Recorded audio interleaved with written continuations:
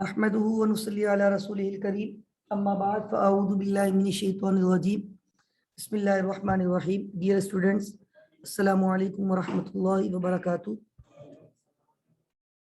आज इंशाल्लाह हम अपनी बात को फर्दर आगे बढ़ाएंगे। टॉपिक हमारा चल रहा है tangible non current assets. Basically ये जो टॉपिक है टेंजिबल नॉन करंट एसेट्स, कल भी मैंने कहा था कि इसको बहुत सारे लोग डेप्रिसिएशन के नाम से जानते हैं। Depreciation basically systematic allocation of depreciable amount of an asset over its expected useful life। आपके जो टेंजिबल नॉन करंट एसेट्स होते हैं जिनकी लाइफ 1 साल से ज्यादा होती है, तो उनके जो बेनिफिट्स हैं वो डेफिनेटली 1 साल से ज्यादा हमें मिल रहे होते हैं, तो हम उनकी कॉस्ट को 1 साल में एक्सपेंस आउट नहीं करते। आज मैं इसमें थोड़ा सा एक्सपेंस का कॉन्सेप्ट भी आपसे डिस्कस करूंगा। असल में जो हम डेप्रिसिएशन कैलकुलेट कर रहे हैं ये एक्सपेंस है और इसकी जर्नल एंट्री भी इंशाल्लाह डिस्कस करेंगे। तो डेप्रिसिएशन बाय नेचर एक्सपेंस है, क्योंकि मैंने अक्सर ये बात क्लास में डिस्कस की है और मैं कहता हूं, मेरी आदत है कि इनिशियली हम बहुत सारी चीजों को एसेट मानते हैं, लेकिन with the passage of time वो एसेट जो है वो किस में कन्वर्ट हो जाता है, एक्सपेंस में। ठीक है ना।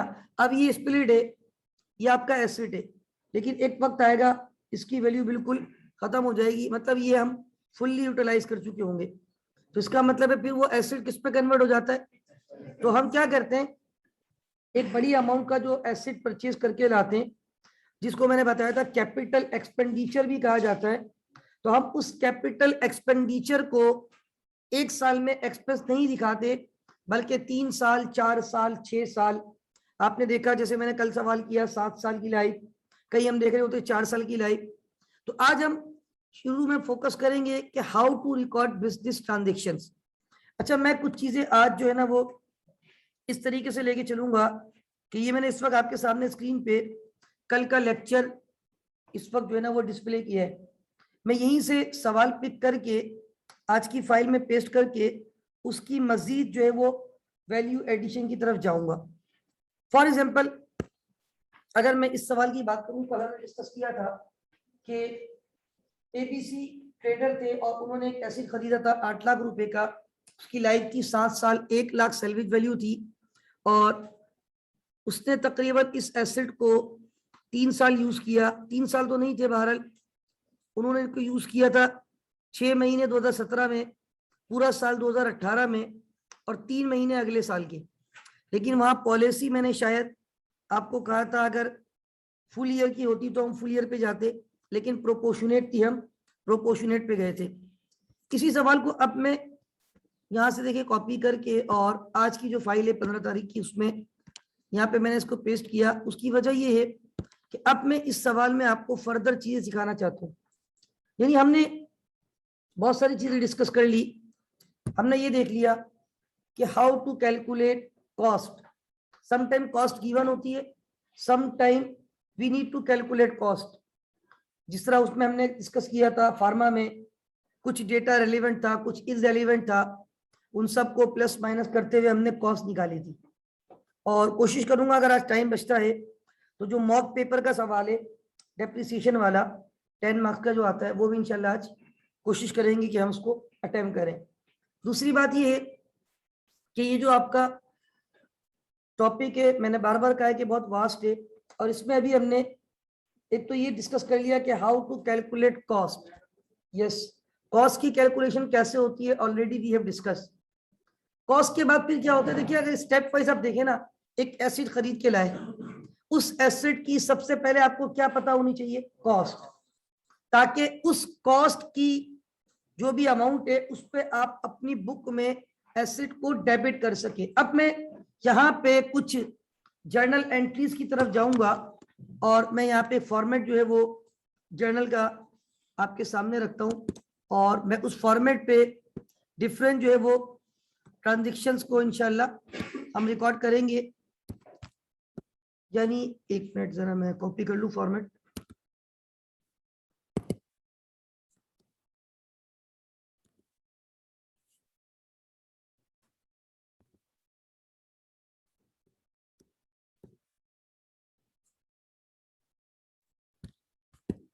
ओके, अब मैं इस सवाल की जो है ना बेसिकली क्या रिकॉर्ड करने जा रहा हूँ, जर्नल एंट्रीज, राइट। इस सवाल को जर्नल एंट्रीज में कन्वर्ट करने जा रहा हूँ, जो सवाल कल हमने सॉल्व किया था। ये वाला सवाल मैं क्विक ओवरव्यू दे देता हूँ। इस सवाल में ये था, एक एसिड खरीदा है, कौन सी डेट को खरीदा है, Jan 1 2017। जब मैं मशीन खरीद के लाया, कॉस्ट ऑफ मशीन कितने की मशीन खरीदी थी, तो क्या मुझे बताएगा हाउ टू रिकॉर्ड, इसकी डबल एंट्री कैसे बनेगी। बड़ी सिंपल एंट्री बनती है, जर्नल एंट्री बताएं, मशीन डेबिट कैश क्रेडिट, ठीक है। मशीन को आपने डेबिट किया और डेट आपने कौन सी डेट को परचेज किया है, Jan 1 2017, ऐसे ही था। ओके, ये आपका पर्टिकुलर जिसमें हम टाइटल ऑफ अकाउंट लिखते हैं, उसके बाद पोस्टिंग रेफरेंस, उसके बाद ये डेबिट और आपके पास रुपीस में करेंसी है, और डेबिट के साथ साथ ये आपका क्रेडिट।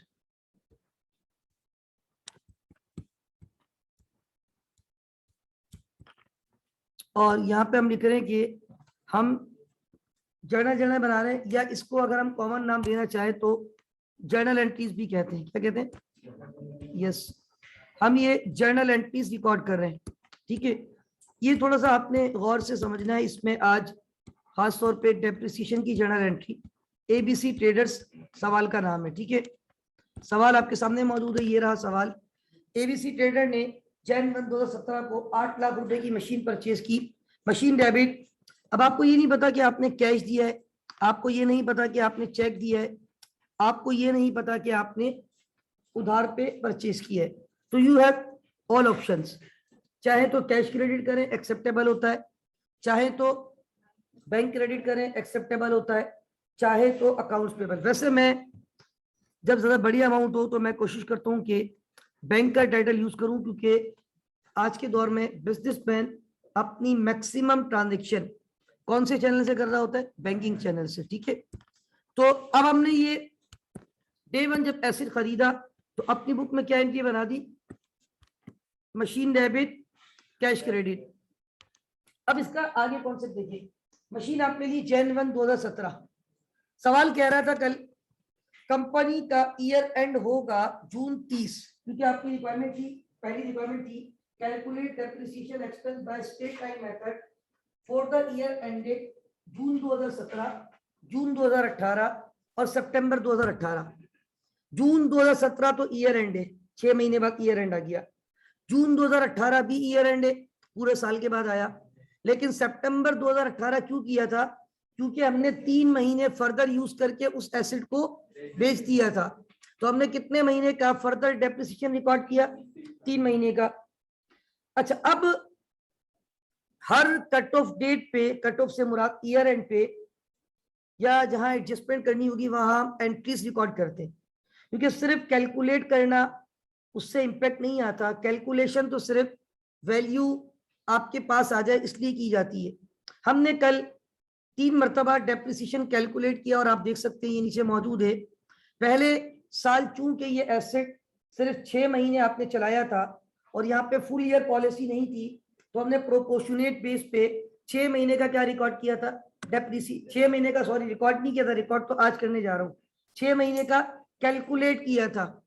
कितनी अमाउंट कैलकुलेट की थी, 6 महीने का डेप्रिसिएशन, 6 महीने का पूछ रहा हूँ। हर कट ऑफ पे एंट्री बनेगी, हर ईयर एंड पे। तो 6 महीने का डेप्रिसिएशन ये आप देख सकते हैं स्क्रीन पे 50,000। इस 50,000 की जो डबल एंट्री बनेगी वो ईयर एंड पे रिकॉर्ड की जाएगी। ईयर एंड है हमारा June 30 2017। पहला ईयर एंड कब आएगा भाई, Jan 2017 के 6 महीने बाद जून 2017 आ गया।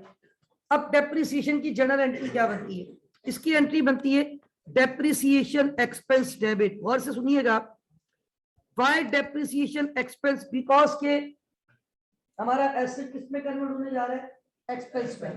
एसेट किस में कन्वर्ट होने जा रहा है, तो जब आपका एसेट कन्वर्ट होगा इनटू एक्सपेंस तो आपका एक्सपेंस क्या हो जाएगा, डेबिट। एक्सपेंस बढ़ता है तो डेबिट। अच्छा, वन हैंड तो आपका एक्सपेंस में कन्वर्ट हो रहा है, ऑन दी अदर हैंड आपके एसेट की वैल्यू, यानी हम एसेट को किस पे कन्वर्ट कर रहे हैं, एक्सपेंस में। तो कोई भी एसेट जब कन्वर्ट होता है इनटू एक्सपेंस, तो expense debit asset credit, expense debit. लेकिन यहाँ पे डायरेक्ट एसेट का नाम नहीं लिखा जाता, एक कॉन्ट्रा एसेट अकाउंट है। अच्छा, उसको अलाउंस फॉर डेप्रिसिएशन भी कह सकते हैं या उसको एक्यूमुलेटेड डेप्रिसिएशन भी कह सकते हैं, बोथ आर सेम, कुल्लू जायज, दोनों जायज है, कोई इसमें ऐसी शरीयत पे पाबंदी नहीं है, दोनों जायज हैं। ये जो कॉमर्स वाले हमारे स्टूडेंट यहाँ मौजूद हैं, ये लोग ऑलरेडी पढ़कर आए, और मैंने भी जब आईकॉम किया था तो उस वक्त अलाउंस फॉर डेप्रिसिएशन ही बताया जाता है ज्यादातर। लेकिन अगर आप अलाउंस फॉर डेप्रिसिएशन लिखे, इसमें और भी वर्ड्स है, कुछ लोग लिखते हैं प्रोविजन फॉर डेप्रिसिएशन, ये भी जायज है, प्रोविजन फॉर। खास तौर पे अगर आप यूके अप्रोच की, जिसको हम कहते हैं कैम्ब्रिज सिस्टम की बुक्स देखेंगे, ओ लेवल की या स्टेप की जो बुक्स होती है, उसमें फ्रैंकफुट पढ़ाई जाती है अकाउंटिंग में, तो फ्रैंकफुट में अगर आप देखेंगे तो वो वर्ड यूज करते हैं प्रोविजन फॉर डेप्रिसिएशन, कुछ लोग कहते हैं अलाउंस फॉर डेप्रिसिएशन, कुछ लोग कहते हैं एक्यूमुलेटेड डेप्रिसिएशन, कुल्लू जायज, सब सही है, कोई मसला नहीं है। तो अब ये डबल एंट्री बनी 50,000 से, और ये एंट्री, ये टाइटल फिक्स है, डेप्रिसिएशन की एंट्री ऐसे ही रिकॉर्ड होती है, और ऐसा नहीं है कि सर ने बोल दिया कि भाई ये एंट्री है बस रट्टा लगा दो, कॉन्सेप्ट है इसके पीछे। डेप्रिसिएशन एक्सपेंस डेबिट, आपका एसेट किस में कन्वर्ट हो रहा है, जब आपने एसेट खरीदा था ना, तो एसेट कितने का डेबिट किया था, 8 लाख। आज आप बोल रहे 8 लाख में से कितना कन्वर्ट हो गया एक्सपेंस में, और यहाँ पे आप चाहते ना, वैसे तो मैं आपको बता दूं वैसे कर सकते हैं, लेकिन अभी आपका लेवल इनिशियल है, आप थोड़े बड़े हो जाएंगे इंशाल्लाह, तो सेमेस्टर 3-4 में जाएंगे, तो वहां आपको पढ़ाया जाएगा। मैं रात को पढ़ा रहा था इसी क्लास में, कल रात मैंने क्लास ली है, तो मैंने यही एक एंट्री बनाई थी डेप्रिसिएशन की, और मैंने ये एंट्री नहीं बनाई थी कि डेप्रिसिएशन एक्सपेंस डेबिट, और मैंने डायरेक्ट जो है वो एक्यूमुलेटेड को क्रेडिट नहीं किया, हम लोग डायरेक्ट इसको क्रेडिट कर देते एसेट, यानी depreciation expense debit machine credit, Kullu जायज, ये भी जायज है। भाई वैल्यू किसकी कम हो रही है, अब हम मशीन को क्रेडिट करने के बाद ये जो एक्यूमुलेटेड डेप्रिसिएशन लिखते हैं ना, इसको कहते हैं कॉन्ट्रा एसेट अकाउंट, क्या कहते हैं। और ये छोटी छोटी बातें आपको पता होनी चाहिए, पेपर में ये पूछा जाता है इसकी नेचर क्या है, एसेट है, कॉन्ट्रा एसेट है, लायबिलिटी है, इनकम है, तो आपको पता होना चाहिए कौन से टाइटल की नेचर क्या है। तो हाजा contra asset account, contra asset account से मुराद ऐसा अकाउंट जो एसेट को कम शो कर रहा है, जो एसेट की कमी जाहिर कर रहा है। लेकिन मैं फिर कह रहा हूं, जब आप थोड़े बड़े हो जाएंगे तो आप ऐसे पढ़ेंगे डेप्रिसिएशन एक्सपेंस डेबिट, मैंने आपको देखिए अभी से ही बड़ा कर दिया, अभी से समझा दिया कि ये एंट्री भी आप सीखेंगे, depreciation expense debit machine credit, Kullu जायज, कल रात बता रहा हूं मैंने बनाई इसलिए मुझे याद आ गया। तो depreciation expense debit machine credit ये भी जायज है। तो एक चीज ध्यान में रखिए कि हमारे पास ये जो अल्टरनेट वेज है, उस पर अगर आप किसी भी वे पे जाते हैं तो सब एक्सेप्टेबल है, लेकिन फिल वक्त इस लेवल पे आपने डायरेक्ट एसेट को क्रेडिट नहीं करना, इनडायरेक्टली एक कौन सा अकाउंट क्रेडिट करना है, कॉन्ट्रा एसेट। अब मैं आपको एक लॉजिक और बताता हूं, देखिए बुक वैल्यू कैसे निकालते, book value cost minus accumulated depreciation. अब आप खुद देखिए, एसेट की कॉस्ट है 8 लाख पहले दिन Jan 1, ये डेप्रिसिएशन कितने महीने के बाद का है, वेरी गुड। अगर मैं 6 महीने बाद उसकी बुक वैल्यू कैलकुलेट करूंगा तो क्या मैं 8 लाख बोलूंगा, 7.5 लाख कैसे बोलूंगा, कॉस्ट मेरे पास रिकॉर्ड है कितने से 8 लाख, एक्यूमुलेटेड डेप्रिसिएशन मेरे पास रिकॉर्ड है कितना, तो मैं कॉस्ट में से जब 8 लाख में से 50,000 माइनस करूंगा तो आंसर वुड बी 750। तो ये एक्यूमुलेटेड डेप्रिसिएशन जो क्रेडिट करते हैं ना, इसका मकसद होता है एसेट को क्रेडिट कर रहे हो, क्योंकि एसेट की वैल्यू बढ़ रही है या कम हो रही है, कम हो रही है ना, as a result of depreciation asset की वैल्यू कम हो रही है, और एसेट कम होते तो लॉ क्या कहते हैं, क्रेडिट। तो वेरी सिंपल, ये एक्यूमुलेटेड डेप्रिसिएशन कॉन्ट्रा एसेट है, इसका ताल्लुक एसेट की फैमिली से ही है, तो बेसिकली ये एसेट अकाउंट है। तो यहाँ पे आपने इस ट्रांजेक्शन को लॉक कर दिया, और आपकी ये कितनी ट्रांजेक्शन रिकॉर्ड हो गई, 2। अब उसके बाद देखो मीनवाइल कोई एडजस्टमेंट नहीं आ रही, फिर आपका नेक्स्ट ईयर शुरू हो गया अगले दिन, इस कंपनी का साल Jan 1 को स्टार्ट नहीं होता, जुलाई 1 को, क्योंकि इसका ईयर एंड कब होता है, जून 30 को। तो अब जुलाई 1 2017 जब अगले दिन आई, नया साल शुरू हो गया, जुलाई अगस्त सितंबर अक्टूबर नवंबर दिसंबर 2017, जैन फेब मार्च अप्रैल मई जून 2018, ये पूरा साल। ये देखें, ये टाइमलाइन नजर आ रही है आपको, ये पूरा सेकंड ईयर इसका। पहले साल में ये एसेट कितने महीने था हमारे साथ, अगले साल तो पूरे साल रहा। जब पूरे साल रहा तो पूरे साल का डेप्रिसिएशन 50,000 नहीं था, बल्कि कितना था, 1 लाख। अब ईयर एंड आएगा, फिर दोबारा मुझे क्या रिकॉर्ड करना पड़ेगा। अब आपको एंट्री बनाना आती है, सिंपल वही एंट्री, लेकिन अमाउंट चेंज हो जाएगी। क्या एंट्री रिकॉर्ड हो जाएगी, depreciation expense debit, allowance for depreciation भी कह सकते हैं, प्रोविजन फॉर डेप्रिसिएशन भी कह सकते हैं, डायरेक्ट मशीन को भी क्रेडिट कर सकते हैं, या अक्यूमुलेटेड डेप्रिसिएशन। ठीक है भाई, depreciation expense debit, accumulated depreciation credit. Is that clear? कितने से होगा, 100,000 से। आपने डेप्रिसिएशन एक्सपेंस को डेबिट किया और एक्यूमुलेटेड डेप्रिसिएशन को क्रेडिट किया 100,000 से। तकरीबन आपका और एसेट का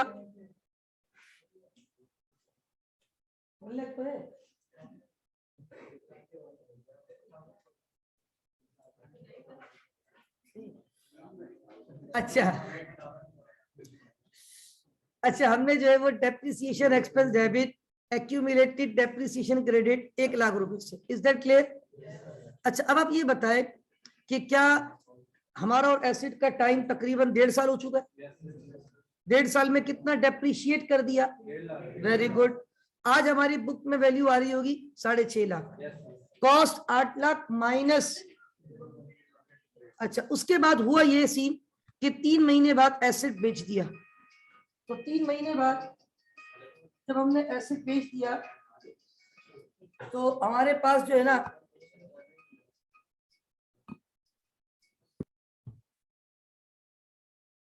ओके स्टूडेंट्स, हमने यहाँ पे जो है वो 1.5 साल का डेप्रिसिएशन रिकॉर्ड किया अब तक, और 1.5 साल के डेप्रिसिएशन में हमारे पास जो है तकरीबन 1.5 लाख रुपए की अमाउंट आ गई। अच्छा, अब चूंकि एसेट आपका जो है ना वो फर्दर 3 महीने आपने इस्तेमाल किया है, और वैसे तो आप चाहते तो और भी इस्तेमाल कर सकते थे, कोई आपके ऊपर पाबंदी नहीं थी, लेकिन बहरहाल हो सकता है आपको लग रहा था कि यार ये मशीन क्विक, इसमें तब्दीली आ गई है या मार्केट में एडवांस वर्जन आ गया है, तो आपने एसेट को बेच दिया। मजीद कितने महीने इस्तेमाल किया, ये है जून 30 2018। इसके अगले 3 महीने बाद 2018 ही रहता है भाई, लेकिन वो सितंबर की 30 होती है। तो हमने क्या सितंबर की 30 2018 पे ही आप देख सकते हैं ये 3 महीने मैंने लिखे भी थे, 3 मंथ्स। क्या इसका डेप्रिसिएशन कैलकुलेट किया है, कितना डेप्रिसिएशन है ये। अब इसकी भी डबल एंट्री बनेगी, इसकी जो डबल एंट्री बनेगी वो रिकॉर्ड की जाएगी। क्या एंट्री बनेगी दोबारा बताएं, वेरी गुड, सितंबर 30 2018। क्या एंट्री बनेगी, okay, depreciation expense debit, accumulated depreciation credit. आपने मजीद इसमें डेप्रिसिएशन अक्यूमुलेट कर दिया। असल में ये जो एक्यूमुलेटेड है ना, हाँ, तो इसका मतलब होता है जमा शुदा। एक्यूमुलेट का मतलब क्या होता है, हाँ, यानी आप इसमें एक्यूमुलेट करते जाते हैं अपना जी, ऐड करना, सम करना, एक्यूमुलेट करना, ऐड करना, ऑल आर सेम, कुल्लू जाइज। तो ये जो एक्यूमुलेट है इसका मतलब होता है आप डेप्रिसिएशन इस अकाउंट में जमा करते जा रहे हैं। तो आज जमा करते करते कितना डेप्रिसिएशन हो गया इसमें, और आज वो तारीख आ गई है जब ये कंपनी अपने एसेट को बेचने जा रही है, डिस्पोज ऑफ करने जा रही है। तो आज जब हम डिस्पोज ऑफ करेंगे, शाह भाई अस्सलाम वालेकुम, शाह भाई शायद, अच्छा, तो आप जो है वो डेप्रिसिएशन तकरीबन 1.25 साल का रिकॉर्ड कर चुके हैं। इफेक्टिवली 1.25 साल हुए हैं। पहले साल 6 महीने, दूसरे साल कंप्लीट ईयर, सेकंड ईयर 3 महीने, तो इफेक्टिवली 8 साल की लाइफ थी। आपने 1.25 साल एसेट को इस्तेमाल किया, आपको नहीं समझ आया, आपने मार्केट में जाके इसको बेच दिया। अच्छा, अब मसला ये है, ये जो हम एक हेड में डेप्रिसिएशन जो एक्सपेंस को डेबिट करने के बाद एक एसेट, एक कॉन्ट्रा एसेट अकाउंट को क्रेडिट कर रहे थे, उसका क्या नाम था, एक्यूमुलेटेड। उसपे डेप्रिसिएशन आपका एक्यूमुलेट हो रहा है, और तकरीबन ये 3 कट ऑफ पे 1,75,000 का डेप्रिसिएशन एक्यूमुलेट हो गया। और ये मैंने कल कैलकुलेशन भी की थी, अगर आप देखें, क्योंकि जाहिर सी बात है जब मैं बेचने जाऊंगा तो मुझे ये पता करना है कि मुझे गेन हुआ या लॉस। तो मैंने कहा यार कॉस्ट थी 8 लाख रुपए, और जितना टाइम मैंने रखा है ना, अभी आप देखें लॉजिक आपको क्लियर होगी, मैं वो एंट्री बना रहा हूँ, उस एंट्री में मेरा डेप्रिसिएशन जो है वो क्या होता जा रहा है, अक्यूमुलेट। तो कितना अक्यूमुलेट हो गया है, 175। अब मेरे पास बुक वैल्यू आ रही थी 6,25,000, मार्केट ने खरीद लिया 6,60,000, तो मुझे कितना फायदा हुआ, वो आपके कैलकुलेशन मैंने ऊपर सवाल में लिख दिया था कि आपकी डिस्पोजल डेट है 30 सितंबर और सेल प्रोसीड यानी सेल करने में जो पैसा आया, कितना पैसा आया, 6,60,000। अब इसकी भी एंट्री बनेगी, इसकी डबल एंट्री थोड़ी कॉम्प्लिकेटेड है, इसको आपने बहुत एहतियात से समझना है। ये थोड़ी कॉम्प्लिकेटेड है, बहुत ज्यादा एहतियात से आपने समझना है। इसमें 4 impact at the same time record होंगे, 4 इंपैक्ट्स। कंपाउंड एंट्री बनेगी कैसे, देखिए आप मशीन बेचने गए मार्केट में, मार्केट ने आपको पैसा दिया, कितना पैसा दिया, अच्छा, या तो मार्केट ने आपको कैश दिया या तो मार्केट ने आपको चेक दिया। चलो सपोज कर लेते हैं भाई चेक मिला है, तो मेमन भाई दूसरे मेमन का है, साथ थे तुम लोग भी, अच्छा। तो सितंबर की 30 तारीख को 2018, ठीक है। अब ये बताओ कैश भी डेबिट कर सकते हैं या बैंक, सपोज कर ले चले यहाँ पे कैश मिला है, ठीक है, हमने चेक पे भरोसा नहीं किया, पता नहीं चेक वहां बाउंस नहीं हो जाए, तो भाई हमने कैश लिया कितना, 6,60,000। मैंने कहा था कितने इंपैक्ट्स यहाँ पे रिकॉर्ड होंगे, 4। कैश का आना, दूसरा इंतहाई इंतहाई इंतहाई अहम इंपैक्ट है, वो ये है, इधर देखे नहीं, वो तो मैं बाद में लिखूंगा, जो सबसे इसमें कॉम्प्लिकेटेड है ना, वो ये है, मैंने इस एसेट को कितनी मर्तबा डेप्रिशिएट किया, 3 मर्तबा एक अकाउंट में अपने पास क्रेडिट कर रहा था, उस अकाउंट का क्या नाम था, हाँ। अब ये जो अक्यूमुलेटेड डेप्रिसिएशन है ना, बेसिकली ये उस वक्त तक रहेगा जब तक एसेट रहेगा, जब एसेट ना रहा तो इस अकाउंट का भी कोई कॉन्सेप्ट ना रहा। अब इसको भी खत्म करना है, ये इसका ताल्लुक किससे था, अभी आप यकीन कीजिए, अभी इस एंट्री में आपको पता है ये मशीन को भी मैं क्रेडिट कर दूंगा। अभी यहाँ किसी ने कहा भी था एसिड, क्या ये मशीन अब हाजा मौजूद या ला मौजूद, अब जरा अब आपके पास जो है ना ये वाली जो मशीन है ना वो मौजूद नहीं है, तो भाई जब मशीन ही नहीं है तो फिर ये एक्यूमुलेटेड किसमें से माइनस करेंगे हम, अब जब हम रिपोर्ट बनाएंगे तो रिपोर्ट में इसको किसमें से माइनस करेंगे, तो ये भी खत्म करना है, इस पे कितना अक्यूमुलेट हो चुका है। अच्छा, अब ये इस वक्त क्रेडिट पे पड़ा हुआ है ना, कोई भी चीज जब रिवर्स करनी हो, मतलब खत्म करनी हो, अगर क्रेडिट में तो क्या कर दो और डेबिट में तो क्या कर दो, वो खुद ही जीरो हो जाएगा, उसका टी अकाउंट ही जीरो हो जाएगा। जब एक चीज 1 लाख से डेबिट है, उसी टी अकाउंट को 1 लाख से क्या कर दो, अब उसका कोई कैरी डाउन बैलेंस आएगा, जब कैरी डाउन ही नहीं आएगा तो ब्रॉट डाउन भी नहीं आएगा। तो अब ये अक्यूमुलेटेड डेप्रिसिएशन जो है ना, इसको हमने रिवर्स करना है, और ये अक्यूमुलेटेड डेप्रिसिएशन 1,75,000 वन शॉट, ये तो मैंने 3 मरतबा रिकॉर्ड किया था, अगर मैं 6 मरतबा में रिकॉर्ड कर चुका होता, उन 6 के 6 अमाउंट को क्या करता प्लस, और जो भी अमाउंट है, क्योंकि वन शॉट डेबिट कर दिया ना, जीरो हो गया वो ये 3 मरतबा क्रेडिट हुआ, ये 1 मरतबा डेबिट हुआ, बराबर हो गया। 2 इंपैक्ट तो ये हो गया, तीसरा इंपैक्ट बता दिया इन्होंने कि एक एसेट जा रहा है तो वो एसेट क्या हो जाएगा, क्रेडिट। अच्छा ये बताएं इस ट्रांजेक्शन में फायदा हुआ या नुकसान हुआ है, gain on disposal, income, revenue, income बढ़ती है तो क्रेडिट, अगर लॉस होगा तो डेबिट, क्योंकि लॉस की नेचर है एक्सपेंस, और एक्सपेंस बढ़ता है तो, और इनकम बढ़ती है तो यहाँ पे हमने जब ये कल कैलकुलेशन की थी, ये रही कैलकुलेशन आपकी स्क्रीन पे, कितने का गेन हुआ था, ये गेन आपकी इनकम, रेवेन्यू, इनकम बढ़ती है तो गेन ऑन डिस्पोजल क्रेडिट, कितने से गेन ऑन डिस्पोजल क्रेडिट होगा, अगर ये गेन के बजाय क्या होता तो मैं फिर डेबिट करता, सही है, फिर तीनों टोटल डेबिट होते, कोई मसला नहीं है, कुल्लू जायज।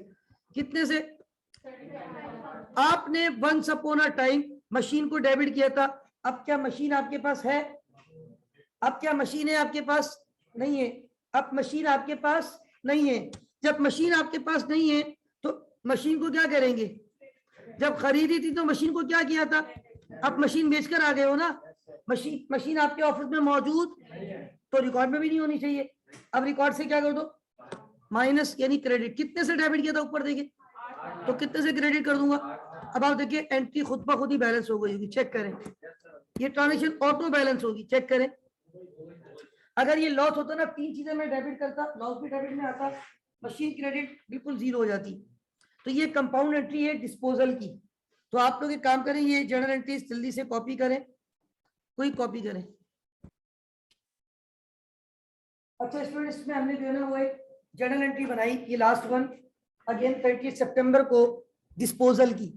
एसिड को हमने डिस्पोज ऑफ किया और इसमें 4 इंपैक्ट्स आए। एक कल आपने एक्सचेंज का केस किया था, याद है आपको? एक्सचेंज के केस में एक हेड और बढ़ जाएगा, वहां पे 4 के बदले कितने हेड आएंगे? 5, क्योंकि वहां एक एसिड जा रहा होगा और एक एसिड, और कैश भी आप देकर आते हो उसको। कल याद है आप लोगों ने एक एसेट दिया था पुराना, वो एसेट क्रेडिट होगा। एक एसेट लेकर आए थे नया, वो डेबिट होगा। फिर आपको लॉस हुआ था उसमें 3000 का, वो लॉस डेबिट होगा, वेरी गुड। और उसका पुराने एसेट का एक्यूमुलेटेड डेप्रिसिएशन भी पड़ा हुआ था, वो भी डेबिट हो जाएगा। और उसमें जो आपने उसको कैश एक्स्ट्रा दिया, कैश टू बी पेड, वो भी क्रेडिट होगा। तो मैं अब उसी एंट्री की तरफ जा रहा हूं, उसी सवाल की जर्नल एंट्री की रिकॉर्डिंग सिखा रहा हूं। ये भी मैंने रिकॉर्डिंग तो सिखाई है, ये थी डिस्पोजल की। अब किसकी एंट्री सिखाऊंगा? एक्सचेंज की। बाकी डेप्रिसिएशन की एंट्री तो फिक्स है, और उसकी मैंने पूरी लॉजिक आपको बहुत डिटेल से समझा दी, सारे ऑल्टरनेट बता दिए, और उसमें पीछे लॉजिक क्या है। जाहिर सी बात है, वो एसेट की वैल्यू कम हो रही है तो एसेट को हम क्रेडिट कर रहे हैं, डायरेक्टली एसेट का नाम शो नहीं कर रहे, उसके बैक पे एक कॉन्ट्रा एसेट अकाउंट यूज कर रहे हैं। क्या नाम दे रहे हैं उसको? एक्यूमुलेटेड। और वो जब तक रखेंगे जब तक वो एसेट हमारे साथ है। जब वो एसेट बेच देंगे, जैसे ही बेचेंगे उस एक्यूमुलेटेड को रिवर्स करके क्या कर देंगे? डेबिट। ये ध्यान में रखना, चाहे डिस्पोजल हो चाहे एक्सचेंज हो, पुराना एसेट जा रहा है आपके पास, तो उस पुराने एसेट को क्रेडिट करने के साथ साथ उससे रिलेटेड जितना भी एक्यूमुलेटेड क्रेडिट में पड़ा हुआ है, वी नीड टू रिवर्स, और उसको हमने क्या करना है? डेबिट। तो अब मैं कल का जो हमारा वो एक सवाल और था, वो मेरे ख्याल से दिस वन ये था। अब देखिए इस सवाल में जर्नल एंट्री रिक्वायर्ड नहीं थी, मैं इसमें एक रिक्वायरमेंट ऐड कर रहा हूं। ये मैंने सवाल यहां से कॉपी किया और आज की फाइल में इसको दोबारा मैं पेस्ट कर रहा हूं, और यहां पे मैंने इसमें, सॉरी ये तो कॉपी तो वहां से किया, इसको मैंने पहले यहां से कॉपी किया। और अब यहाँ पे देखिए आप, ये सवाल कल आप लोगों ने सॉल्व किया था, और इसमें कितनी रिक्वायरमेंट थी? 2। अच्छा ये सवाल जो है ना, मतलब ये मैंने कल भी कहा था आपको, ये 5 पेपर का सवाल है, और ये 5 या 7 नंबर का सवाल आया था, दोनों रिक्वायरमेंट मिला के। ये बजाज एंड सन्स, इसने क्या किया इस सवाल में, आपसे कैलकुलेशन नहीं करवाई। कैलकुलेशन क्या होती है? डेप्रिसिएशन कैलकुलेट करना, कॉस्ट कैलकुलेट करना, कुछ भी नहीं करवाया। इसने सब कुछ आपको खुद ही बता दिया कि भाई वंस अपॉन अ टाइम एक एसिड हम खरीद के लाए थे। कितने का खरीद के लाए थे? अच्छा ये बताओ, कभी ना कभी तो ये खरीदा होगा ना। जब खरीदा होगा उस वक्त एसिड को क्या किया होगा? Debit. Once upon a time ये ओल्ड मशीन जब खरीदी थी तो उस वक्त आपने अपनी बुक में ओल्ड मशीन को डेबिट किया था। अब ये बता दें, आपके पास ओल्ड मशीन है या चली गई? आपके पास ओल्ड मशीन है? ओके स्टूडेंट्स, इसमें देखिए कल हमने ये सवाल डिस्कस किया था, एक मशीन पुरानी थी। अच्छा इसमें मैंने अभी आपको कहा कि कैलकुलेशन सारी हो चुकी है। पुरानी मशीन कभी खरीदी थी तो उस वक्त क्या किया था? अच्छा इस पे जर्नल एंट्री रिक्वायर्ड तो नहीं थी ना, इस पे मैं ऐड कर रहा हूँ यहाँ पे रिक्वायरमेंट नंबर 3, और मैं यहाँ पे कह रहा हूँ एक्सचेंज जर्नल एंट्री। क्या रिक्वायर्ड कर रहा हूँ? यानी जब आपने एसिड को एक्सचेंज किया है तो उस वक्त क्या जर्नल एंट्री बनी होगी। अब मैं डायरेक्ट बना रहा हूँ, मतलब मैं स्केच नहीं कर रहा, और मैं बस डायरेक्ट यहाँ पे रिक्वायरमेंट नंबर 3 लिख के इसकी जर्नल एंट्री बना के आपको दे रहा हूँ। देखिए सबसे पहले तो ये बताएं, क्या आपने नई मशीन खरीदी, एक्सचेंज की है? जो नई मशीन खरीदूंगा वो मेरे पास नई मशीन आ जाएगी। मशीन आती है, मशीन की नेचर क्या है? एसिड बढ़ता है तो न्यू मशीन डेबिट। सबसे पहले गौर से सुनिएगा, new machine debit. New machine की कॉस्ट कितनी थी? वेरी गुड, ये ऊपर भी लिखी हुई है कॉस्ट ऑफ न्यू मशीन 75,000 और ये सवाल में भी मौजूद है कॉस्ट ऑफ न्यू मशीन 75,000। अच्छा ये बताओ पुरानी मशीन है या पुरानी मशीन देकर आ गए? अब एक बात सुने, पुरानी मशीन को इस्तेमाल भी किया है, इस्तेमाल किया है तो उस पर क्या रिकॉर्ड किया है और कौन सा अकाउंट क्रेडिट में पड़ा हुआ होता है उसका? एक्यूमुलेटेड। अभी पूरी लॉजिक समझाइए, जो बच्चे लेट आए वो रिकॉर्डिंग सुन लीजिएगा ताकि उनको जो है वो कॉन्सेप्ट क्लियर हो जाए, ठीक है? तो एक्यूमुलेटेड डेप्रिसिएशन हमने क्रेडिट किया था। यहाँ देखिए मैंने कहा सब कुछ हो चुका है, कितना एक्यूमुलेटेड डेप्रिसिएशन पुराने एसेट पे रिकॉर्ड हो चुका है। इसका मतलब है ये कॉन्ट्रा एसेट अकाउंट है। ये आपकी बुक में किस साइड पे पड़ा हुआ है अभी? वेरी गुड, कहाँ पड़ा हुआ है? इसको हमने रिवर्स करना है। रिवर्स करने के लिए क्या करेंगे? जब भी डिस्पोजल की एंट्री बनेगी या एक्सचेंज की एंट्री बनेगी, पुराना एसेट तो आपके पास से जाएगा लाजमी। एक्सचेंज करते वक्त भी एसेट देकर आ जाते हो, बेचते वक्त भी एसेट, तो उस पुराने एसेट को अपनी बुक से माइनस करने के लिए क्रेडिट करते हो, तो उससे रिलेटेड एक्यूमुलेटेड डेप्रिसिएशन जो कि बाय नेचर कॉन्ट्रा एसेट है, जो कि कौन सी साइड पे मौजूद होता है, वेरी गुड, उसको खत्म करने के लिए क्या करते हैं? तो कितना एक्यूमुलेटेड डेप्रिसिएशन हमें यहाँ डेबिट करना पड़ेगा? ठीक है, 51,000। ओके, अच्छा ये बताएं आपने कैलकुलेशन की थी, मैंने भी की थी, कल ये कैलकुलेशन नजर आ रही है राइट साइड पे, देखे मुझे लॉस हुआ या गेन हुआ है? लॉस की नेचर इनकम है या एक्सपेंस है? एक्सपेंस बढ़ता है तो, एक्सपेंस बढ़ता है तो लॉस ऑन एक्सचेंज, क्या लिखूंगा? लॉस ऑन, तो लॉस ऑन एक्सचेंज को डेबिट करूंगा या क्रेडिट? अगर ये गेन होता तो मैं क्या कहता? पिछले सवाल में गेन आया था अभी, उस वक्त मैंने क्या किया है? क्रेडिट। अब हम क्या कर रहे हैं? तीन इंपैक्ट तो ये हो गए, पुरानी मशीन है या देकर आ गए हो? लेकिन वंस अपॉन अ टाइम खरीदी थी, खरीदी थी, कितने की खरीदी थी ऊपर? तो जब खरीदी थी उस वक्त अपनी बुक में मशीन को क्या किया था? अब मशीन को क्या कर दो? उस मशीन का नाम है ओल्ड मशीन। क्या नाम है? Old machine credit. अच्छा ये बताओ, बड़ा आसान से सवाल पूछ रहा हूँ, क्या खाली ओल्ड मशीन देकर नई मशीन लेकर आ गए हो, या कोई बाबा कौम की तस्वीरें भी दी है, कुछ पैसा भी दिया है? कितना पैसा दिया है? Very good, 64,000 amount to be paid, cash to be paid. Calculate किया था ना? नई मशीन कितने की थी? 75,000।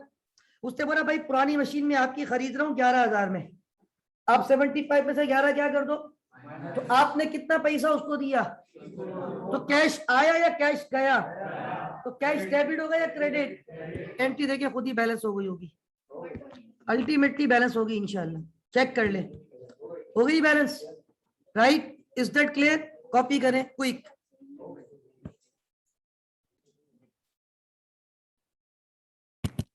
Faraz brothers transport company exchange a number of used trucks and cash for a vacant plot of industrial land. सवाल में कंडीशन ये है, फराज ब्रदर्स जो कि ट्रांसपोर्ट कंपनी है, एक्सचेंज कर रही है नंबर ऑफ यूज्ड ट्रक्स, उसके पास कुछ पुराने ट्रक्स मौजूद हैं। तो अब सीन कुछ ये है, देखिए सपोज करें ये आपके पास जो है ना एक इंडस्ट्रियल लैंड है, ठीक है, ये आपकी जमीन है, ठीक है, ये जमीन आपको खरीदनी है, ठीक है, कौन सी कंपनी को खरीदनी है? इक्वल टू उसके अगेंस्ट आपको दो चीजें देनी है, पुराने ट्रक देने और कुछ क्या देना है? कैश।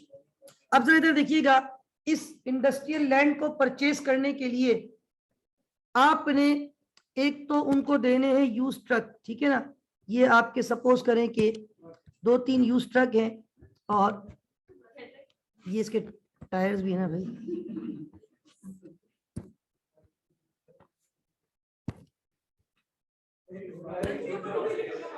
अच्छा तो भाई ये यूज ट्रक्स है, ये आपने देने, क्या इसके साथ कुछ और भी देना है?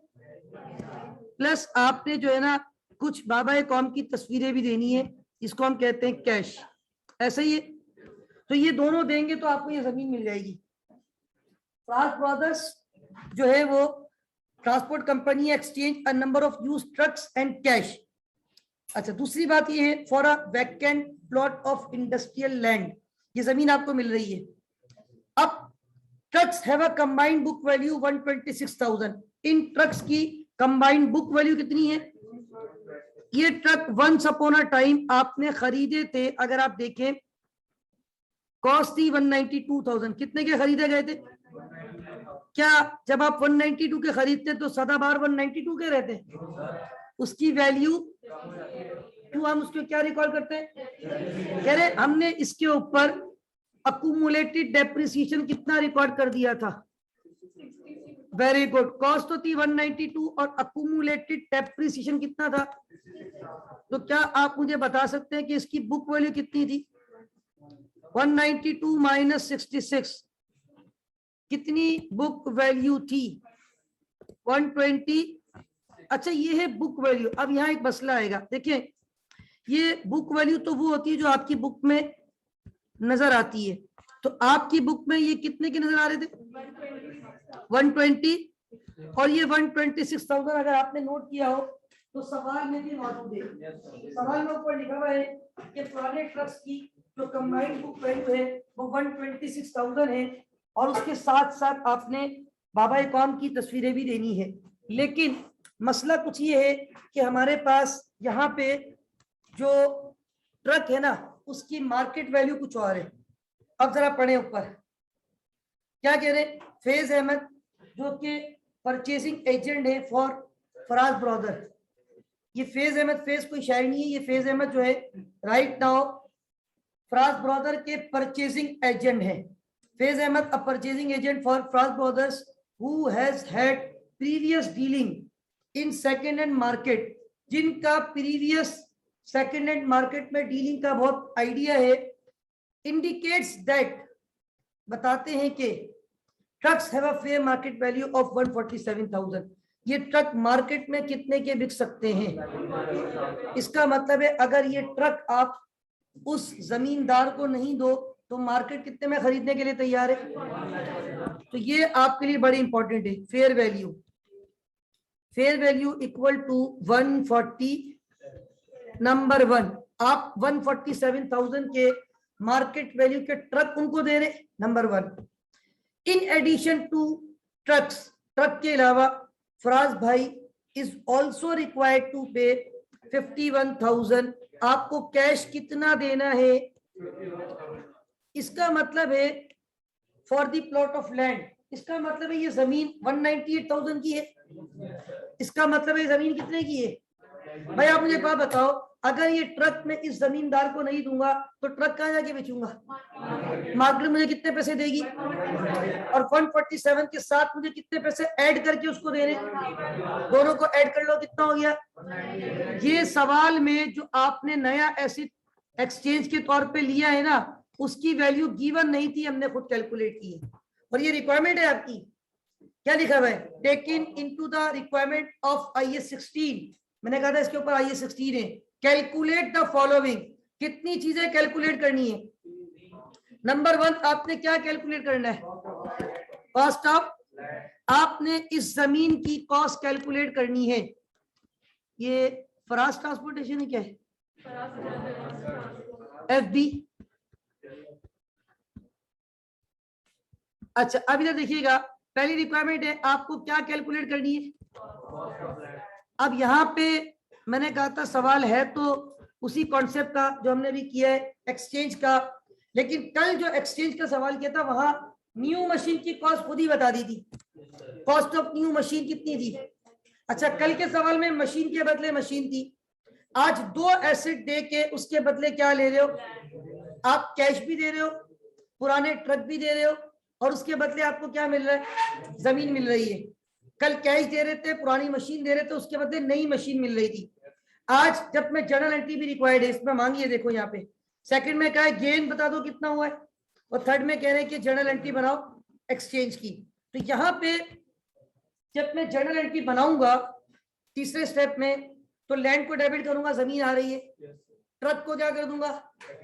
क्रेडिट। और ट्रक के साथ मुझे क्या देना है? उसको भी क्या कर दूंगा? और ट्रक के ऊपर पिछला क्या रिकॉर्ड हो चुका है, वो किस लोकेशन पे पड़ा हुआ है, पड़ा हुआ कहाँ पे, उसको खत्म करने के लिए। और इस ट्रांजेक्शन में अगर गेन होगा तो क्रेडिट, लॉस होगा तो, जैसे सवाल में खुद ही बता दिया, गेन होगा।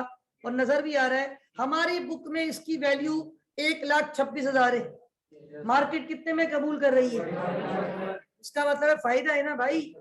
हमारी बुक वैल्यू 1,26, मार्केट से आवाज आती है 1,47, तो इसका मतलब है मार्केट वैल्यू ऊपर चल रही है। अब यहाँ पे पहली चीज, कल के सवाल में नए एसेट की कॉस्ट गिवन थी, बार दफा एग्जामिनर नए एसेट की कॉस्ट आपको, आप खुद लॉजिक से निकालेंगे। हमने कहा यार हमारे पुराने ट्रक कितने के बिक रहे थे मार्केट में, 147 के, और हम इसको कैश कितना दे रहे साथ में, 51। तो इसका मतलब है जो जमीन की कीमत है उसमें दो चीजें शामिल है। Number 1, fair value of old trucks. Fair value कितनी है ओल्ड ट्रक्स की,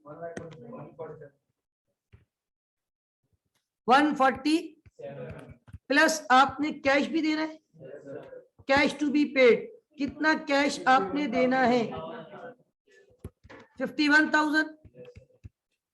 तो इसका मतलब ये हुआ आपके ये जो एसेट आप खरीद रहे हैं जमीन, इस जमीन की वैल्यू कितनी है, वेरी गुड, क्योंकि आप जब अपनी बुक में जमीन को डेबिट करेंगे तो उसको कोई ना कोई वैल्यू तो असाइन करनी पड़ेगी ना। तो क्या वैल्यू असाइन करेंगे, जमीन को कितने से डेबिट करेंगे, अच्छा। बाकी जो सेकंड रिक्वायरमेंट है वो तो बहुत ही आसान है, स्ट्रेट फॉरवर्ड है, सिरात मुस्तकीम है, उस पर आपने कुछ भी नहीं करना। आपने सिर्फ क्या कैलकुलेट करना है, गेन ऑन एक्सचेंज, खुद ही बता दिया गेन आएगा, और नजर भी आ रहा है कि गेन ऑन एक्सचेंज है कैसे।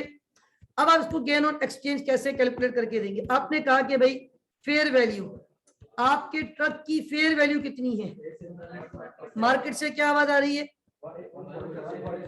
लेकिन आपकी बुक में क्या वैल्यू आ रही है, आपकी बुक में अंडर वैल्यूड हो रहा है, कितने से अंडर वैल्यूड हो रहा है, 21,000। आंसर पॉजिटिव में आ रहा है, तो इज दिस योर गेन, हाजा गेन, राइट।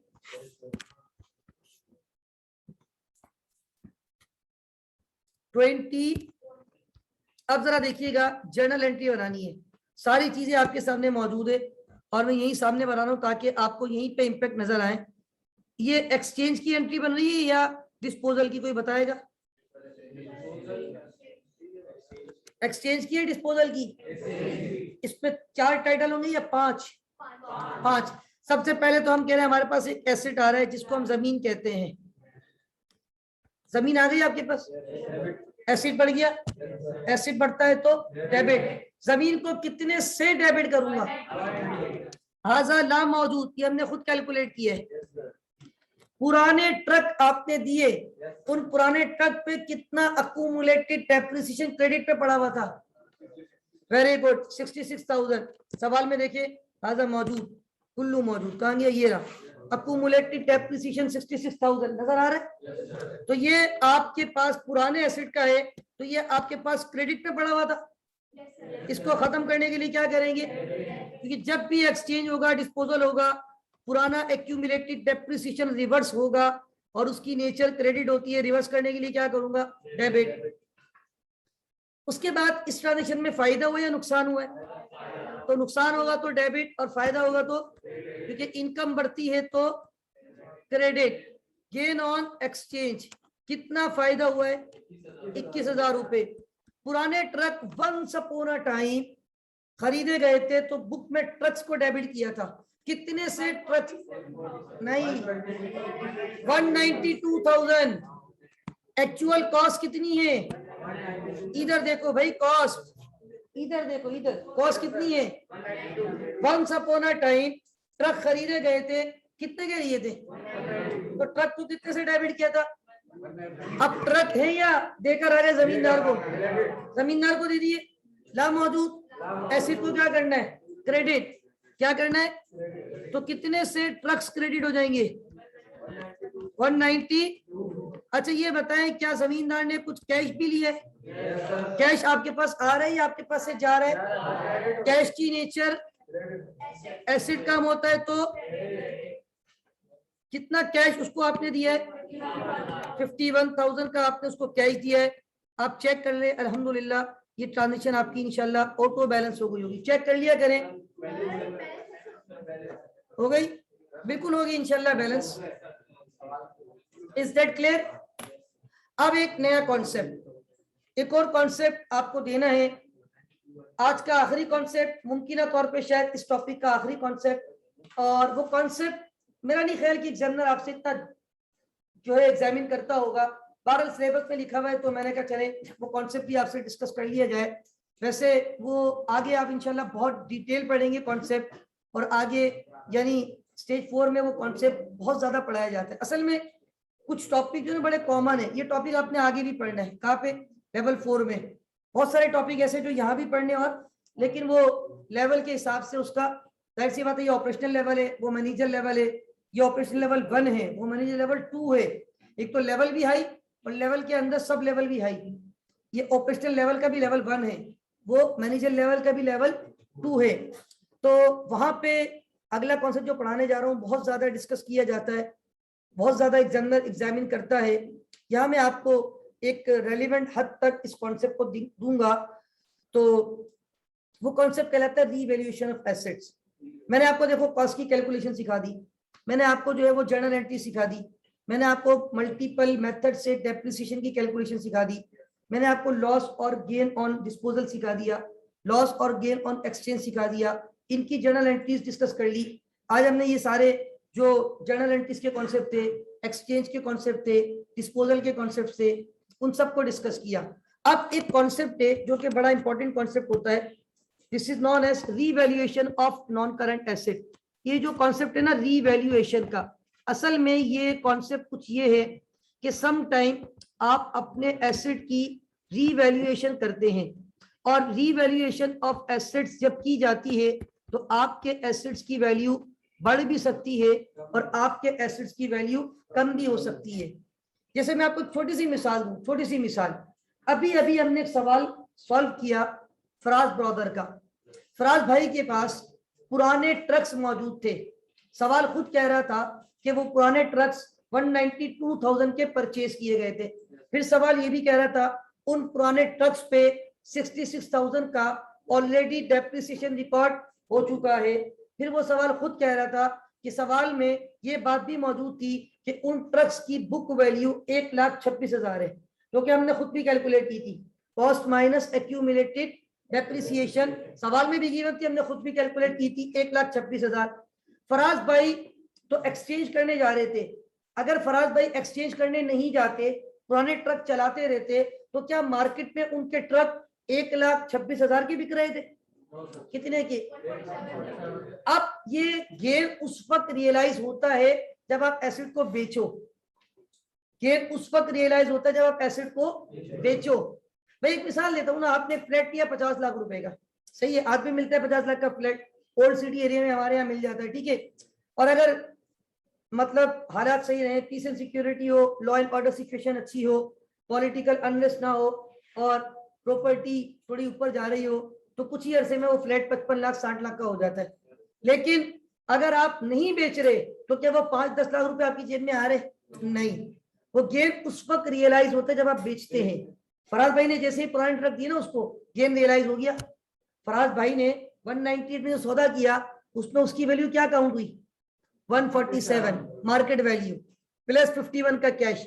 तो आप अनलेस एंड अनटिल बेचते नहीं हो चीजों को, आपके पास एक्चुअल प्रॉफिट रियलाइज, लेकिन इंटरनेशनल अकाउंटिंग स्टैंडर्ड्स इस बात की इजाजत देते हैं कि अगर आप चाहें तो अपने एसेट्स की वैल्यूज को अगर वैल्यू बढ़ रही है तो बढ़ा सकते हैं। अब कैसे बढ़ाएंगे, उसका तरीका क्या होगा, मैं एक छोटा सा सवाल आपको पहले सॉल्व करवा रहा हूं, फिर इंशाल्लाह इस पे फर्दर कॉन्सेप्ट्स को ऐड करूंगा। कि एक छोटा सा सवाल, ये सवाल तो बेसिकली जो है ना आपके लेवल का नहीं, ये सवाल ये वहां पे आया था, ये सेमेस्टर जो ऊपर का फाइनेंशियल अकाउंटिंग का पेपर है वहां का सवाल है। ये मैं बहुत बेसिक सवाल है इसलिए मैं आपको सॉल्व करवा रहा हूँ। वहां पर भी सम टाइम बहुत सारी चीजें बहुत स्ट्रेट आती है, और इसमें अगर आप देखें बड़ा सिंपल कॉन्सेप्ट है, और इस सवाल में रीवैल्यूएशन का कॉन्सेप्ट है। ये बेसिकली रीवैल्यूएशन का सवाल है, इसलिए ये मैं आपके सामने रख रहा हूँ। कह रहे सुभान associate purchase an asset for ₹2 million. अच्छा, मिलियन में 6 जीरो होते, मिलियन में 6 जीरो होते, 2 मिलियन को बोलते 20 लाख रुपए। सुभान भाई ने एसेट खरीदा 20 लाख रुपए का, Jan 1 2009, हैप्पी न्यू ईयर, साल का पहला दिन सन 2009। एसेट हैड अ यूजफुल जिंदगी ऑफ 5 साल, एसेट की जिंदगी कितनी है? 5 साल। एंड बीइंग डेप्रिशिएटेड यूजिंग सिराते मुस्तकीम मेथड, और कौन से मेथड से इसको डेप्रिशिएट करना है? सिराते मुस्तकीम। आगे फरमाते हैं on Jan 1 2011 the asset was revaluate to ₹2.1 million. Oh my goodness, 2 साल इस्तेमाल भी कर लिया। 2 साल पहले कितने का लिया था? तो कितने साल इस्तेमाल कर लिया? 2009 में लिया था, 2011 की बात हो रही है, और मार्केट कितने में खरीद रही है? 21 लाख रुपए में। आगे फरमाते हैं द रिमेनिंग यूजफुल जिंदगी इज द सेम, इसकी रिमेनिंग लाइफ में कोई तब्दीली पहले भी भाई 5 साल थी ना, कितने साल गुजार दिए, तो अब कितनी लाइफ बची हुई है? Prepare journal entries for the revaluation of assets and depreciation for the year ended 2011। अच्छा, ये सवाल 5 नंबर का आया था, मुझे तो याद है क्योंकि जाहिर सी बात है मैं वहां पढ़ाता हूँ अल्हम्दुलिल्लाह। बहरहाल ये सवाल सिर्फ कौन से ईयर की एंट्रीज मांग रहा है आपसे? 2000। लेकिन मैं अगर आपको समझाने के लिए टॉप टू बॉटम जा रहा हूँ। टॉप टू बॉटम से मुराद, सबसे पहले मैंने एसिड खरीदा, इधर देखिएगा, मैंने एसिड लिया है Jan 1, किसी को एतराज है? एसिड लिया है Jan 1 2009 में। अब इसमें एसिड का नाम नहीं पता, एक बात सुन ले, यहाँ पे एसिड का नाम नहीं पता तो आप इसको मशीन लिख दें, एसिड लिख दें, कोई मसला नहीं है, कुल्लू जायज, राइट। मशीन लिख देते क्योंकि ये ज्यादातर प्लांट वगैरह होते हैं, ठीक है। तो ये मशीन आपने कितने की ली थी? 20 लाख रुपए की। तो मशीन डेबिट कैश या बैंक क्रेडिट, कैश कर देते, मसला नहीं है। कितने से? 20 लाख रुपए से। Any objection? ये आपने डबल एंट्री कौन सी तारीख में बनाई है? ये आपने डबल एंट्री बनाई है Jan 1 2009। अब जरा एक बात सुनिएगा, Jan, Feb, मार्च, अप्रैल में जून, जुलाई, अगस्त, सितंबर, अक्टूबर, नवंबर, दिसंबर। दिसंबर की 31 तारीख आई 2009। क्या आपका पहला साल अल्हम्दुलिल्लाह खैर व आफियत से मुकम्मल हो गया? अब आपको कुछ रिकॉर्ड करना है। कुछ आवाज आ रही है एसिड से आपके पास? मुझे डेप्रिशिएट करो। एसिड कह रहा है कि मेरे वैल्यू पे क्या कैलकुलेट करो। अब मेथड कौन सा है? सिराते मुस्तकीम। स्ट्रेट लाइन के 2 फार्मूले बताए थे, रेट दिया हुआ सवाल में नहीं। अब फार्मूला लगेगा cost minus salary value divided by. लेकिन अब यहाँ सुने, यहाँ सुन ले, यहाँ पे चूंकि सवाल में सैलरी वैल्यू मौजूद, जब सैलरी वैल्यू मौजूद ना हो तो वो 0 होती है। Very good. तो अब देखिए डेप्रिसिएशन एक्सपेंस अगर मैं 2009 का पहले कैलकुलेट करूंगा तो भाई कॉस्ट कितनी है? 20 लाख रुपए, माइनस 0, तो माइनस 0 करने की जरूरत ही नहीं है, सैलरी वैल्यू तो 0 है ना। 20 लाख को डिवाइड कर दूंगा कितने साल पे? 5 साल पे। तो पहले साल कितने लाख रुपए का डेप्रिसिएशन रिकॉर्ड होगा? कोई बताएगा how to record depreciation? Depreciation expense debit accumulated depreciation. ये डबल एंट्री जो नॉन कॉमर्स वाले लेट आए उनको लेक्चर सुनने के बाद क्लियर होगी और रिकॉर्डिंग सुनने के बाद, और बाकी लोगों को मेरा ख्याल है आकिब वगैरह नॉन कॉमर्स को समझ आ रही होगी। Depreciation expense debit accumulated depreciation. अच्छा, अब आ जाए, ये तो अल्हम्दुलिल्लाह पहला साल गुजरा, अगले दिन सूरज शुरू होता है, Jan 1 2010 का समय है, हैप्पी न्यू ईयर है। फिर आपने चलना शुरू किया तो Jan, Feb, मार्च, अप्रैल में जून, जुलाई, अगस्त, सितंबर, अक्टूबर, नवंबर, दिसंबर। अब दिसंबर की कौन सी तारीख आ गई? 2010। सूरज गुरूब होने को है और आपसे कुछ कहने को है, और आपसे ये मशीन कह रही है कि अब कौन से ईयर का डेप्रिसिएशन रिकॉर्ड करें। मेथड यहाँ पे कौन सा है? तो यहाँ पर भी पूरे साल का है तो अमाउंट सेम आएगी, 4 लाख रुपए मजीद। आप इस पे क्या रिकॉर्ड कर रहे हैं? क्या एंट्री बनाऊंगा? सेम एंट्री बनती है, बताएं। Depreciation expense debit accumulated depreciation, how much is that? 400,000। अल्हम्दुलिल्लाह 2 साल गुजर चुके हैं। आज दिसंबर 31 2010 है। कल जब सूरज शुरू होगा तो एक नया साल होगा, हैप्पी न्यू ईयर का समय होगा, साल का पहला दिन, सूरज शुरू हो गया और आज मार्केट से आवाज आ रही है आपके एसेट की वैल्यू है 21 लाख रुपए। बड़े सवाल में जैन 1 2011 हम कहां तक डेप्रिशिएट कर चुके हैं? दिसंबर 31 2010। अगले दिन जब सूरज शुरू होता है तो तारीख कौन सी लग जाती है? जैन 1 2000। कह रहे एसेट रीवैल्यू किया गया, मार्केट पे ले जाके उसकी वैल्यू लगाई गई। जब मार्केट में जाके उसकी वैल्यू पूछी गई तो पता चला कि उसकी, देखिए बहुत सारे तरीके हैं अपने एसेट की रिवैल्यूएशन करने के। आप ऐड दे दें न्यूज़पेपर में, आप OLX पे ऐड दे दें, तो जो सीरियस बायर होगा ना वो आपको मैक्सिमम वैल्यू लगा के जाएगा, तो आपको पता चल जाएगा आपके एसेट की वैल्यू क्या है। वंस अपॉन अ टाइम मेरे साथ एक एक्सपीरियंस हुआ, मेरे कजन को फ्लैट परचेज करना था, तो एक MS जीना रोड पे अम्मा टावर के नाम से जो एक प्रोजेक्ट बन रहा था, उस वक्त ऑलमोस्ट वो फाइनल हुआ था जब की बात है। तो जाहिर सी बात है, लोग जब कंस्ट्रक्शन चल रही होती है तो फ्लैट परचेज करवा लेते हैं, और जब बहुत सारे लोग इन्वेस्टमेंट के लिए खरीदते हैं, जब कंस्ट्रक्शन हो जाती है तो वो बेच देते हैं। तो बहरहाल वो जब ऑलमोस्ट बन चुका था, शायद रिहाइश भी शुरू हो गई थी, तो मेरा कजन वहां गया, वो फ्लैट देखकर आया और उसने मुझे कहा कि यार तुम भी उसी रास्ते से आते हो रोजाना, तो किसी दिन जो ना ऊपर जाना, वो फलाने साहब नीचे रेल वो स्टेट एजेंसी वाले बैठे हुए या जो भी है, वो आपको ऊपर ले जाएंगे। एक फ्लैट मैंने देखा है, मुझे इन्होंने इतने पैसे बताए, आप जाओ अब आपको कितने बताते हैं, जरा चेक तो करें। बहरहाल मैं गया, वो साहब मुझे ऊपर ले गए, फ्लैट दिखाया जो मेरे कजन ने कहा था, वो सब कुछ उन्होंने एक प्राइस बताई कि भाई। फिर उस बंदे ने एक बात बोली, जाहिर सी बात है फ्लैट उसका नहीं था, वो तो कौन था, रियल एस्टेट फर्म था या जो भी था, ब्रोकर होते, एजेंसी वाले होते। उसने कहा कि भाई देखो ये तो पार्टी का फ्लैट है, उन्होंने हमें ये वैल्यू दी हुई है। लेकिन उस बंदे ने उस वक्त एक जुमला कहा था जो मुझे आज तक याद है, उसने कहा था बहुत सारे लोग जो है ना फ्लैट बेचते नहीं है, खाली अपनी वैल्यू चेक करना चाहते हैं, तो वो फॉर सेल ऐड दे देते हैं, और हम जब दिखाते हैं तो जो सीरियस बायर होता है ना वो मैक्सिमम वैल्यू लगा के जाता है, तो उसको पता चल जाता है कि मेरे इस एसेट की क्या वैल्यू हो गई है। और ये बिल्कुल हकीकत है, बहुत सारे एसेट ऐसे होते हैं, इवन गाड़ियां वगैरह हैं, बहुत सारी चीजें आप खरीदते हैं, हालांकि आप इस्तेमाल भी करते हैं, लेकिन बाद में उसकी वैल्यू क्या हो जाती है, बढ़ जाती है, मार्केट चेंज हो जाती है। फ्लैट आपने खरीदा, उसकी वैल्यू बढ़ जाती है, मार्केट चेंज हो जाती है, अप भी हो जाती है, कभी कभी डाउन भी हो जाती है। तो बहरहाल अब हम कह रहे हैं कि भाई ये 2 साल गुजर गए, इस कंपनी ने सोचा कि यार 2 साल के बाद आज जाके मार्केट में इसकी क्या करते हैं, रीवैल्यूएशन।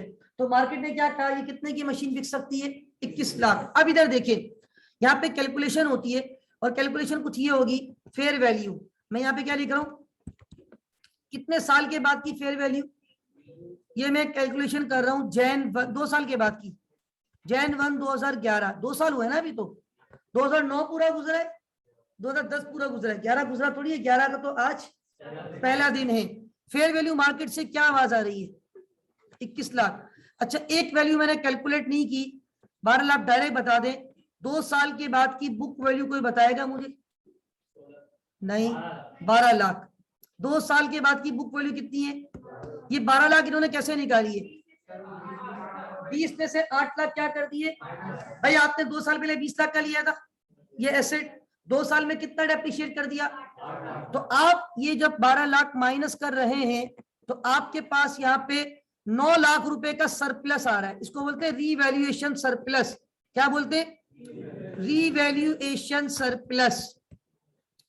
अब ये जो रीवैल्यूएशन सरप्लस है ना, अब मेरी बात सुनिए, ये 9 लाख रुपए से आपके एसेट की वैल्यू बढ़ गई, 9 लाख रुपए से आपके एसेट की वैल्यू, कुछ लोग समझे सर 1 लाख से बढ़ी है, सर हमने तो 20 लाख का लिया था और 21 लाख है, तो सर आपको कैलकुलेशन नहीं आती, 20 और 21 लाख में 1 लाख का फर्क होता है। तो मेरे भाई 20 लाख का आज नहीं लिया है, 20 लाख का लिया था आज से 2 साल पहले, 2 साल में डेप्रिशिएट नहीं किया है, क्या किया है ना, कितने लाख रुपए डेप्रिशिएट कर चुके हैं।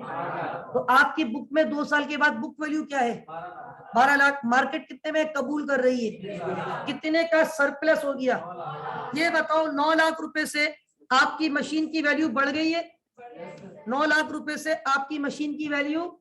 अब सुने, अब यहां पे happy new year Jain 1 2011, asset की वैल्यू बढ़ती है तो डेबिट होती है, मशीन डेबिट, कितने से डेबिट करूंगा मशीन को, 21 लाख से थोड़ी करूंगा भाई, 20 लाख से तो पहले ही रिकॉर्ड है, और 20 लाख के साथ 8 लाख का क्या रिकॉर्ड हुआ है, तो बुक पे कितने का आ रहा है अभी, कितने तक पहुंचाना है, तो कितने से बढ़ाना है। अब एक बात सुने, इंपॉर्टेंट पॉइंट, क्या अकाउंटिंग सिंगल एंट्री पे बेस करती है डबल एंट्री पे? If there is a debit of rupees 900,000 तो there must be a credit of rupees. अब एक मसला है, मसला ये है कि यार सर आपने मशीन तो डेबिट कर दी, अब क्या हम उस बंदे को तलाश करेंगे जिससे हमने मशीन खरीदी है और उसको जाके बोलेंगे यार ये कैश ले लो थोड़ा सा, वो मेरी वैल्यू बढ़ गई है, मेरी डबल एंट्री नहीं बन रही, तो कैश क्रेडिट नहीं होगा। ये आपका फायदा है, ये आपकी इनकम है, और इनकम बढ़ती है तो रीवैल्यूएशन सरप्लस क्रेडिट। किसको क्रेडिट करूंगा? रीवैल्यूएशन सरप्लस क्रेडिट, हाजा रीवैल्यूएशन सरप्लस। और अगर ये वैल्यू गिर जाती तो मेरी फिर लॉस ऑन रीवैल्यूएशन डेबिट होता और एसेट को हम क्रेडिट करते, फिर एसेट की वैल्यू बढ़ती नहीं, एसेट की वैल्यू, तो एसेट को डेबिट नहीं करते, एसेट को, और फिर लॉस ऑन रीवैल्यूएशन डेबिट, क्या डेबिट होता, और लॉस की नेचर क्या होती है, डेबिट। अब मैं सिर्फ 2011 का दिसंबर पे डेप्रिसिएशन एक्सपेंस कैलकुलेट करने जा रहा हूं, ये जरा गौर से समझना। अब आपको पता है क्या करना है, रीवैल्यूएशन के बाद आपका एसेट 21 लाख रुपए का हो गया था, ऐसे ही है। इधर देखिएगा डेप्रिसिएशन एक्सपेंस कौन से साल का, 2011। भाई ये बताओ शुरू में एसेट 20 लाख का था, 20 लाख में से कितना माइनस कर दिया पहले साल, पहले साल कितना बच गया, 16 लाख। दूसरे साल मजीद कितना माइनस किया, कितने का बच गया, 12 लाख के बाद कितना ऐड कर दिया, कितने का हो गया, 21 लाख रुपए का एसेट 2011 के शुरू में हो गया था। कितने साल की लाइफ बची हुई है, रिमेनिंग लाइफ 3 साल। Net book value divided by remaining life, net book value minus revise salvage value divided by remaining useful life, एक फार्मूला बताया था। तो नेट बुक वैल्यू को 3 पे डिवाइड करूंगा तो अब इस साल कितना डेप्रिसिएशन रिकॉर्ड होगा। अब यहाँ पे कुछ बच्चे ये कहते हैं कि सर हम तो सिराते मुस्तकीम डेप्रिसिएशन मेथड पे जा रहे, और यहाँ तो पहले साल 4 लाख आया था, दूसरे साल भी 4 लाख आया था, सर तीसरे साल 4 लाख क्यों नहीं आया, 7 लाख क्यों आया? तो मेरे भाई आपके एसेट की वैल्यू, आपकी एसेट वैल्यू 9 लाख रुपए से बढ़ गई है, और 9 लाख का अभी कितने साल का समय बाकी है, 3 साल। 9 लाख को 3 पे डिवाइड करो कितना आता है, 3 लाख। पहले कितना डेप्रिसिएशन होता था, 4 लाख, अब कितना हो रहा है, तो कितना एडिशनल हो रहा है, because of revaluation, because of, जब रीवैल्यूएशन करते हैं तो आपके एसेट की वैल्यू बढ़ जाती है। अच्छा एक सवाल मैं देखिए आपको वैसे ही शो करता हूँ, एक दो सवाल देखिए। ये एक सवाल जो कि एफएससीआर का मॉडल पेपर जो है हमारा आईसीएमए का, अगर मेरे पास है तो मैं आपसे शेयर करता हूँ। यस ये देखिए, ये please student come to the point. अब ये देखिए ये क्या लिखा हुआ है, ऊपर पढ़े जरा, मॉडल पेपर, और ये कौन से लेवल का मॉडल पेपर है, मैनेजर लेवल और financial accounting and corporate reporting. Okay student please silent, students नजर देखिएगा, ये मॉडल पेपर आपको नजर आ रहा है, मैनेजर लेवल। अब यहाँ जो पेपर आता है ना, यहाँ इस तरीके से आता है, वहां कुछ लिखना भी होता है बाज़ दफा। अब जैसे मैं आपको एक सवाल शो करता हूँ, वो रिवैल्यूएशन वाला था, शायद हो सकता है आपको कुछ समझ में आए वो सवाल। देखिए ये सवाल मौजूद है, देखिए डिस्क्रिप्टिव क्वेश्चन, वहां पे डिस्क्रिप्टिव क्वेश्चन भी आते हैं ऊपर के लेवल पे, और इस तरह आपको स्पेस दिया जाता है, वहां पे आपको टाइप करके आंसर देना है कीबोर्ड से। कह रहे Kashan limited boat and equipment, Kashan limited ने क्या खरीदा है, कितने का खरीदा है, 37,50,000, यानी 37,50,000 रुपए। कब खरीदा है, Jan 1 2017। It had a useful जिंदगी ऑफ ऑन Jan 1 2019। कितने साल गुजर गए, 2 साल। The asset was revaluate to 4.5 million. Asset कितने से रीवैल्यूएट हो गया, बढ़ गया ना। हालांकि पहले तो 2 साल का क्या रिकॉर्ड करोगे, वो माइनस करोगे और बुक वैल्यू कम आएगी, फिर उस बुक वैल्यू और इस वैल्यू से कंपेयर करोगे तो फिर आपके पास क्या आएगा, surplus. Expected useful life of the asset remain unchanged, वही वाली कहानी जो वहां लिखी हुई थी। In such scenario calculate the amount of revaluation surplus. क्या आप इसको कैलकुलेट कर सकते हैं? क्या ये सवाल मैं आपके होमवर्क के तौर पे ऐड कर दूं? ये मैंने सवाल आपकी फाइल में जाके यहाँ पे ऐड कर दिया, and this is your HW। What is HW? Homework. तो क्या ये सवाल आप लोग कर लेंगे?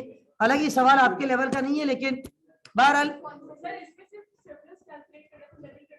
नहीं, इसमें तो खाली सरप्लस कैलकुलेट करने के लिए बोला है बस। इसमें जो रिक्वायरमेंट है तो ये आपको सिर्फ सरप्लस कैलकुलेट करना है।